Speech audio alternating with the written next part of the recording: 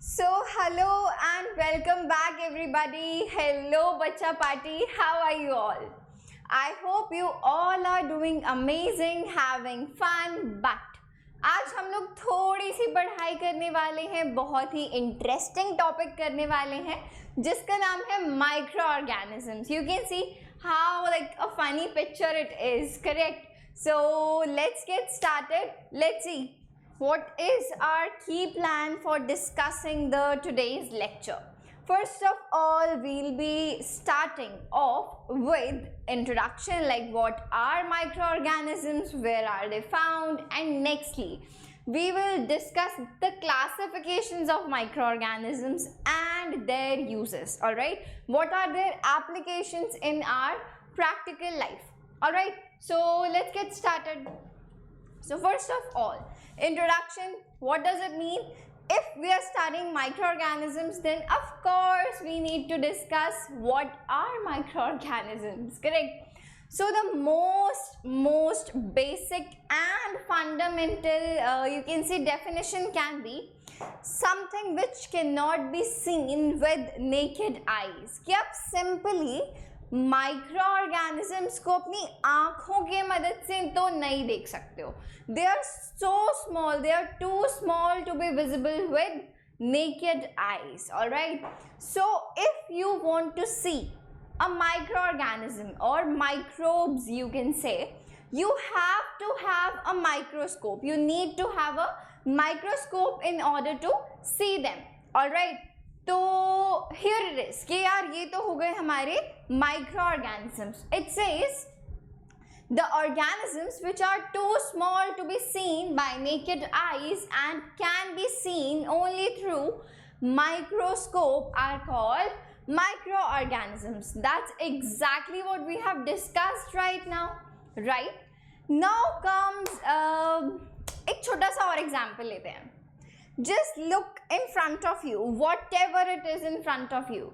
So do you think you can see all the organisms present over there? If your answer is yes, then you are definitely wrong. All right, but if your answer is no, then there is a chance that you are right, and you are right, because everywhere, if you talk about the occurrence of microorganisms, everywhere there are microorganisms, everywhere. Inside your body, outside your body, in your atmosphere, air, water, forest, soil, everywhere. Okay, so let's see. That must be our next topic. That is the occurrence of microorganisms, correct? So it says that microorganisms are present everywhere, है ना? In air, soil, water, food, stuffs, sewage, waste, as well as inside of any living bodies, right? So microorganisms can be, in fact they are present everywhere. हर जगह microorganisms मौजूद होते हैं. Even if like you go to open the door and you hold that door knob in order to open the door, even on that knob there are millions of microorganisms which can be present over there. All right, so what we have next? So the maximum number of microbes are found in natural substrate which are rich in organic food and have suitable temperature and moisture for their growth and multiplication. So see, one major point which is being written here is कि जो microbes होते हैं उनको in order to grow, अपनी growth के लिए, अपनी multiplication के लिए, कुछ हर किसी के लिए environment होता है जो कि suitable होता है. alright, यानी कि उनको कुछ से moisture चाहिए होता है, या you can say temperature कुछ उनको desired है. alright, so that's how things work. alright, so an important fact about these microorganisms is that they are strong, they can survive in extreme conditions of temperature, pressure, they are everywhere. Okay, so like they adapt very easily. They are found everywhere on earth, whether it's too cold or it's too hot or it's too humid, everywhere. Wait for a while. Everywhere. Okay, so that's it. we now know the occurrence of microorganisms. All right, so let's move further. We have classification of microorganisms and their uses. अब देखो, जब scientists ने micro organisms के बारे में पढ़ना शुरू किया, जब उन्होंने माइक्रो ऑर्गेनिजम्स के बारे में पढ़ना शुरू किया, so there were different kind of micro organisms, तो आपने उनको क्लासिफाई कर दिया, उनकी अलग अलग क्लासेस बना दी कि यार जो ऐसा सा है, इस टाइप का बिहेवियर रखता है, मल्टी सेल्यूलर या सिंगल सेल्यूलर होता है, वो इस कैटेगरी में आएगा, जो थोड़ा ग्रीन है वो इस कैटेगरी में आएगा। तो इस तरीके से करके हमने माइक्रो ऑर्गेनिजम्स को क्लासिफाई कर दिया है। Let's see what are their classifications. So first of all, wait for while, right, so the very first classification is of bacterias. What is it? It is of bacterias. Let's write it. It is bacteria. बहुत common word है, आप लोगों ने definitely सुना होगा, है ना, कि सॉइल में मत जाओ, बहुत बैक्टीरियाज होते हैं, हाथ मत डाल के रखो सारा टाइम, है ना। So the very first classification is of bacterias. Alright, so we will be discussing each of them one by one. All right, right now we are just classifying them. All right, so the next one is algae. What is the next one? It is algae, ALGAE. इसको आप algae pronounce कर सकते हो। All right, अगर आप इसके example की बात करें तो आपने अगर किसी तालाब यानी कि किसी अगर पॉन्ड को देखा होगा तो उसके आसपास ना काफ़ी बार what you can say green green सा कुछ होता है ना, blue green, that's blue green algae, a very common example. Alright, let's move further. The very next classification is fungi. What is it? Fungi, FUNGI. Alright, it may have multiple pronunciations. Fungi, fungi, fungi, all of the pronunciations are correct. So you don't need to judge someone whether someone calls it fungi or fungi or fungi. All the pronunciations are absolutely correct. Okay, so let's move further. We have fungi. The next one would be protozoa. What would that be? The next is protozoa. Let's write it. Protozoa. All right. Amoeba is an example of protozoa. आपने बहुत बार अपनी junior classes में definitely amoeba के बारे में पढ़ा होगा, है ना। सूडोपोडिया होता है, सिंगल सेल्यूलर ऑर्गेनिज्म होता है। ऑलराइट, तो हम लोग इस कैटेगरी को अब फर्दर इनफैक्ट सभी को ही बहुत डिटेल में अच्छे से डिस्कस करने वाले हैं। नेक्स्ट देखते हैं the last one. The last one is viruses, the very common example of virus. बहुत चल रहा है इन दिनों, कौन सा? कोरोना वायरस, करेक्ट, जिसके वजह से हम सब लोग अपने घर में पैक्ड हैं, बंद हैं, we are totally inside our houses, definitely 100% packed, correct. So let's see, it is viruses. What is it? Viruses. So the very fun fact about viruses is that you will study about them in many of the books, that they are on the edge of living and non-living organisms. Alright, कि किसी condition में वो living organism की तरह behave कर रहे हैं, कहीं पे नॉन लिविंग ऑर्गेनिज्म की तरह बिहेव कर रहे हैं। अब ऐसा क्यों? ऐसा इसलिए बिकॉज अगेन जो हमने पिछली स्लाइड में डिस्कस किया था, that they need a suitable environment.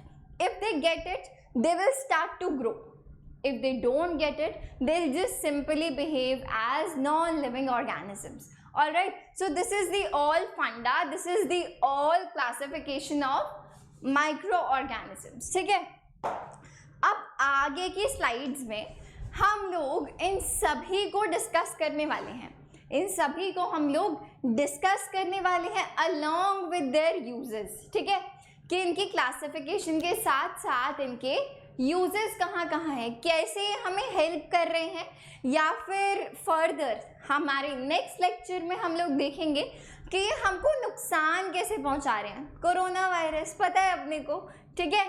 तो चलो आगे भी डिस्कस करते हैं। So the very first one, bacteria.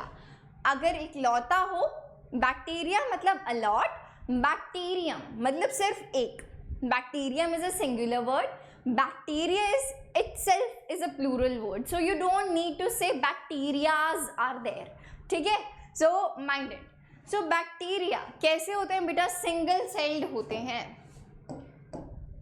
they are single celled microorganisms, ठीक है, यानी कि these are called unicellular। कैसे होते हैं बेटा ये, these are unicellular means made up of only one cell, unicellular होते हैं बैक्टीरिया, ठीक है। अब जो इनके शेप और साइजेस हैं वो डिफर कर सकते हैं, they might be oval shaped, they might be of the shape of a ring, they might be of cuboidal shape, alright, so they may have different shapes। तो अगर आप इधर देखोगे so you can see that here are different kinds of shapes of the bacteria, ठीक है। so bacteria are round, oval, others are rod shaped or spiral as we discussed right now। some bacteria are autotrophic, यानी कि अपने लिए खुद से खाना बनाते हैं, किसी और की ज़रूरत नहीं है, as they contain chlorophyll, but most of them are heterotrophic, so they can be either autotrophic or heterotrophic, showing saprophytic or parasitic mode of nutrition। hey, what is parasitic mode of nutrition? it means when you depend on someone else for living, ठीक है, कि we are not autotrophic, we are heterotrophic। why? because we need something in order to make our food, say plants or animals। आप ये नहीं बोलोगे kitchen में जाके मैं तो अपना खाना खुद बनाती हूँ, so मैं तो autotrophic हूँ, it does not work out this way, okay। so you say that we need either plant material or animal material in order to make our food, so we are heterotrophic, we are dependent upon them। अगर आपके पास ingredients ही नहीं है तो आप कैसे बनाओगे, नहीं बना सकते, right। so it's work out in the same manner, correct। so bacteria क्या क्या सीखा, different shapes and sizes हो सकते हैं, they may be oval, round, rod shaped और spiral as well और cuboidal as well, alright। next हमने क्या सीखा कि वो ऑटोट्रॉफिक भी हो सकते हैं और हेटरोट्रॉफिक भी हो सकते हैं, और जो पहला पॉइंट था बैक्टीरिया के बारे में बेटा वो क्या था, दैट दे आर यूनिसेल्युलर, ठीक है। आगे चलते हैं, useful bacterias. so there are, see, a lot of applications are there। the very first one which I can think of right now, although we are going to discuss all of them, but the very first one would be a curd, है ना। बहुत बार आपने सुना होगा that curd में there is a bacteria जिसका नाम होता है lactobacillus। क्या नाम होता है उसका, lactobacillus। where is it, see देखो we have a picture of bacteria here as well, that's our point number 9, right। तो some bacteria promote curd formation, और उस बैक्टीरिया का नाम बच्चे क्या है बताइए, that is lactobacillus। when it comes to set the curd, what do? you warm some milk and you add some curd into it, you stir it and you keep it aside for like overnight, right। so why do you need warm milk? because in the warm temperature, in somewhat hot temperature, this bacteria which is lactobacillus is very prominent to grow in that particular environment, obviously, ठीक है। so lactobacillus is a friendly bacterium, हमको उससे कोई परेशानी नहीं है, it is helping us, वो हमारा दोस्त है, alright। so it treats and prevents diarrhea, helps in food breakdown and absorption of nutrients। तो ये बात तो अपने को पता है। moreover, most of the bacteria, many of the bacteria I should say, are used in the baking industries, cake बनाने के लिए, इडली सांभर बनाने के लिए, ऑलराइट, भटूरास बनाने के लिए, alright. So they are used in baking industry for breads, pastries, cakes. Example क्या है बेटा? ईस्ट. आपने पढ़ा होगा बड फॉर्मेशन होती है ईस्ट में, right. So yeast is used as a raising agent in baking. यानी कि जो आपका डो होता है वो फूल के बड़ा हो जाता है बिकॉज ईस्ट की वजह से कार्बन डाइऑक्साइड रिलीज होती है आपके डो या बैटर के अंदर, ऑलराइट. दैट्स वाई जो हमारा खाना हो जाता है वो थोड़ा फ्लफी और सॉफ्ट हो जाता है, ठीक है. So the most commonly use east is this and that's all. कि अपने को ईस्ट की ज़रूरत होती है जो कि एक बैक्टीरिया होता है in the baking industries. So we have done 2 points. So the next one is some bacteria are used in research tools, ठीक है. Some bacteria are used in the tanning of leather. अब देखो जो leather होता है उसको tan करने के लिए we use some bacteria so that the leather material is long lasting. ज़्यादा समय तक चलता है और बहुत अच्छी शाइन करता है, ठीक है. Next one would be some bacteria are helpful in the manufacturing of products like vinegar, ethanol, etc. ठीक है. So these were the 2 main applications. Next हम लोग क्या कह सकते हैं? एंटीबायोटिक्स. आपने सुना होगा कि जब भी आप बीमार हो जाते हो तो डॉक्टर एंटीबायोटिक्स देता है ना.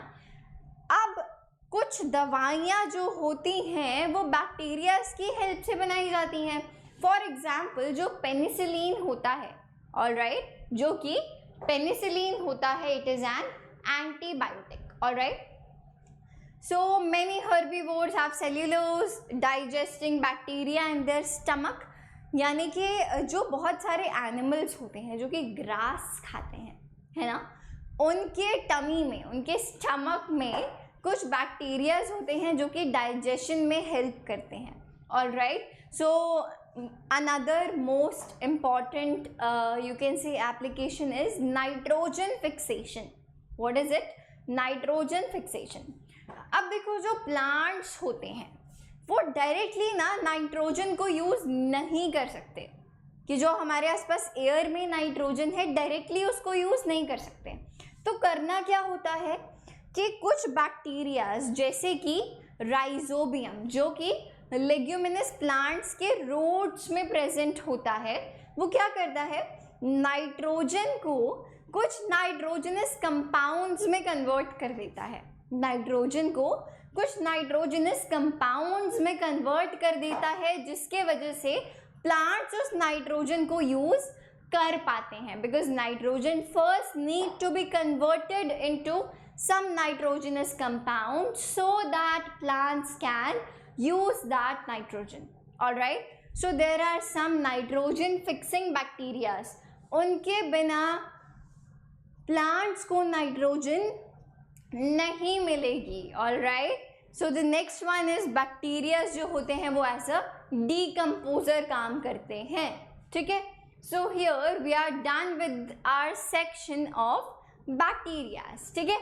आगे चल के देखते हैं our very next you can say classification, that was algae. What was it? It was algae. So let's see. अब देखो जो algae होता है, ये देखो पॉन्ड के बारे में बात करी थी ना हमने, है ना. देखो कितना हरा हरा सा तालाब हो रहा है हमारा. So here जो हमारी algae होती है ग्रीन कलर की होती है, यूजुअली ब्लू ग्रीन, और भी कलर्स अवेलेबल हो सकते हैं, ठीक है. अब जो हमारी एल्गे होती हैं सिंपली नॉन फ्लावरिंग प्लांट होता है, ठीक है. Non flowering and typically aquatic plant of a large assemblage that includes seaweeds and many single celled forms, ठीक है. इसके बारे में आप इतना ही याद रखिए. बहुत ही जो कॉमन एग्जाम्पल है वो होता है स्पायरोगायरा. इसका एक बहुत ही कॉमन एग्जाम्पल क्या है बेटा? स्पायरोगायरा. और आप कह सकते हैं कि इसके पास क्लोरोफिल तो होता है, ग्रीन है, पता भी चल रहा है. क्लोरोफिल होता है, परंतु एक्चुअल उसमें रूट्स, स्टेम्स, लीव्स जो होती हैं अवेलेबल उसके पास नहीं होती हैं। ठीक है, चलो इसकी एप्लीकेशंस की अगर बात की जाए, यूजफुल एल्गे, ठीक है, तो अपने को पता है देखो कि algae is green in colour which can make its own food by the process of photosynthesis. ठीक है, so it helps in supplying oxygen. Aquatic plant है, पानी के अंदर है, डेफिनेटली दो काम कर सकता है, या तो जो पानी में ऑलरेडी एनिमल्स हैं, जो वाटर बॉडीज हैं, वो उस प्लांट को खा लें, है ना। सेकेंड क्या है कि वो ऑक्सीजन प्रोवाइड कर रहा है। So in both the cases it is maintaining, you can see the food chain. ठीक है, red algae is edible in certain countries, कहीं कहीं आप उसको खा भी सकते हैं, विच इज नॉट हार्मफुल और डेंजरस, बट यूजुअली ऐसा कुछ ट्राई मत करना। ठीक है, और आप क्या कह सकते हैं कि कुछ जो एल्गे होते हैं वो टूथपेस्ट बनाने में यूज़ होते हैं। क्या बनाने में यूज़ होते हैं बेटा? टूथपेस्ट बनाने में यूज़ होते हैं। Some algae enrich the soil like blue green algae, जिनके बारे में अभी हमने बात की। Some algaes are sources of iodine and potash like brown algae. ठीक है, so this is somewhat out of your syllabus, some of the points, but these are just some applications जिनको कि आप याद रख सकते हैं। ठीक है, चलो आगे चलते हैं। Fungi, fungi, fungi, right. So what is it? इसका क्या सीन होता है, ये एग्जाम्पल से शुरू करते हैं। The best example is mushrooms. क्या है बेटा इसका बेस्ट एग्जाम्पल? Is mushrooms. ये देखो, मशरूम किसके एग्जाम्पल होते हैं बच्चे? फंगाई के। फंगाई एग्जाम्पल आप कह सकते हैं मशरूम। एग्जाम्पल आप क्या कह सकते हैं? मशरूम। ठीक है, right. So they are simply non green plants, जो कि ग्रीन नहीं होते हैं, उनके पास क्लोरोफिल नहीं होता है, फोटोसिंथेसिस का फंक्शन परफॉर्म नहीं कर सकते हैं। ठीक है, सो होते कैसे हैं? पैरासाइट्स होते हैं। पैरासाइट्स इन द सेंस कि दूसरे पर डिपेंडेंट होते हैं, अपना खाना तो खुद बना नहीं सकते। So they are parasites, they live on someone else. ठीक है, दे मे बी यूनिसेल्यूलर और multicellular. Examples are bread mould. आपने देखा होगा कि स्पेशली इस सीजन में, मॉनसून सीजन में, अगर आप ब्रेड को या रोटी को बाहर रख दें तो उस पर ग्रीन से कलर की कोटिंग हो जाती है ना, तो उसको बोलते हैं ना कि फंगस लग गया। Correct. So it's the same bread mould, aspergillus and mushrooms are one of the they are the most common examples of fungi. अब बात करते हैं इसकी एप्लीकेशंस की। सो अगेन डीकम्पोजर्स होते हैं, ईस्ट होता है, अभी बात करी थी हम लोगों ने, करेक्ट, कि ये हमारे क्या बनाने में हेल्प करता है? बेकिंग इंडस्ट्री में हेल्प करता है, ब्रेड, केक्स बनाने में। मशरूम्स जो होती हैं कुछ, दे आर एडिबल फंगाई, यानी कि खाई जा सकती हैं। Alright, and the last one is कि कुछ रिसर्च वर्क्स में, लैबोरेटरीज में आप क्या यूज़ कर सकते हैं? काफ़ी जगह फंगाई यूज़ होती है। ठीक है, let's move on forward. That's protozoa. अब जो प्रोटोजोआस होते हैं, they are unicellular in nature, which means that they are single celled. कैसे होते हैं बच्चे? सिंगल सेल्ड, एक ही सेल से बने हुए होते हैं। ठीक है, अगर आप एग्जाम्पल की बात करें तो बहुत ही जो कॉमन एग्जाम्पल्स हैं वो है अमीबा और पैरामीशियम। ठीक है, बहुत ही बचपन से आप पढ़ते हुए आ रहे हैं। So amoeba and paramecium are the examples of protozoa. ठीक है, किसके एग्जाम्पल्स होते हैं बच्चे? प्रोटोजोआ के होते हैं। अब बात आती है कि ये पैरासिटिक होते हैं या अपना खाना खुद बना लेते हैं। सो इट डिपेंड्स, कुछ अपना खाना खुद बनाते हैं, कुछ जो है वो पैरासाइट्स होते हैं, it must be somewhere here. They can be free living और parasitic, which means that they can live alone और also are also present inside the body of other organism. Shape कुछ भी हो सकती है, ओवल हो सकती है, स्फेरिकल हो सकती है, इरेगुलर हो सकती है. ठीक है, so we are done with it. That we haven't discussed this point, correct? They are solitary और colonial. वही बात है कि अकेले भी रह सकते हैं और सबके साथ भी रह सकते हैं. ठीक है, चलिए अब बात कर लेते हैं इसकी प्रोटोजोआ के एप्लीकेशंस की, यूजेस की. So protozoa are use in the research material. ऐसे जब अपने आसपास कुछ बहुत ज़्यादा मेन यूजेस नहीं देखेंगे प्रोटोजोआ के.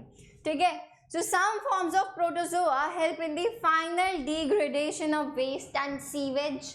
यानी कि जो आपका सीवेज होता है उसके ट्रीटमेंट में कुछ बैक्टीरिया और कुछ प्रोटोजोआ यूज होते हैं.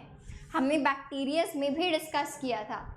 And some free living protozoa form an important link in an aquatic food chain. Similarly जो पिछली की चीज़ें काम करती हुई आ रही हैं, पर इसके जो यूजेस हैं वो बहुत ज़्यादा आपको काम में नहीं आने वाले हैं.